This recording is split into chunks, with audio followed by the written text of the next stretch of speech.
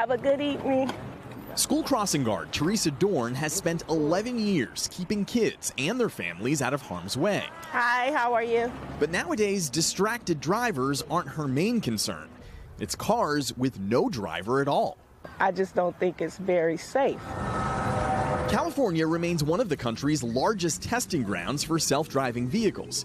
But Dorn says driverless cars, operated by Google's sister company Waymo, nearly ran into her and others 3 separate times. The parent grabbed the child, looked at the car, and there was nobody driving it. It almost hit you? Yes. It did not recognize me in the intersection. Even though you were standing in it with your stop sign? Yes. We spoke to 30 crossing guards stationed at more than 20 schools across San Francisco.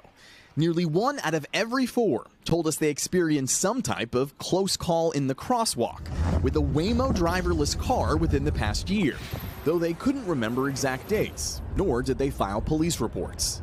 Waymo said without specific details, it can't tell us what its vehicles did or why, and declined our interview request. But in a statement, Waymo told us, while we're proud of our safety record, we also recognize the importance of ensuring that other road users feel confident and comfortable around our technology.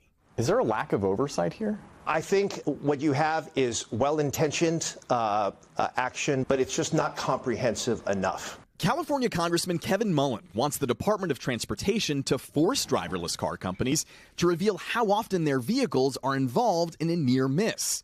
Currently, they only have to disclose details on actual collisions. What's available now isn't really telling the whole story. That's right. So we obtained all driverless car complaints submitted to the California DMV last year. Of the more than 200, roughly 30% detailed safety concerns in crosswalks. Of those, about 1 in 5 complaints involved Waymo.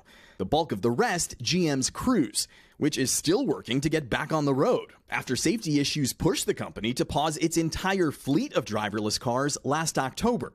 Cruise declined our interview request, but said safety is a critical priority and added it investigates concerns.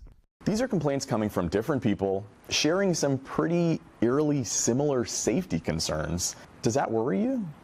It absolutely worries me. Those kinds of incidents where people's lives are put at risk, but it's not reportable now. We need to be looking at those. Teresa Dorn says she's already seen the hazards, headed straight towards the kids she's protecting. Do you worry one of the children that you see could get hurt? Yes. My main concern is that they get to school safely and that they go back home safely. Have a good afternoon. Bigad, Shaban, NBC News, San Francisco. Thanks for watching. Stay updated about breaking news and top stories on the NBC News app or follow us on social media.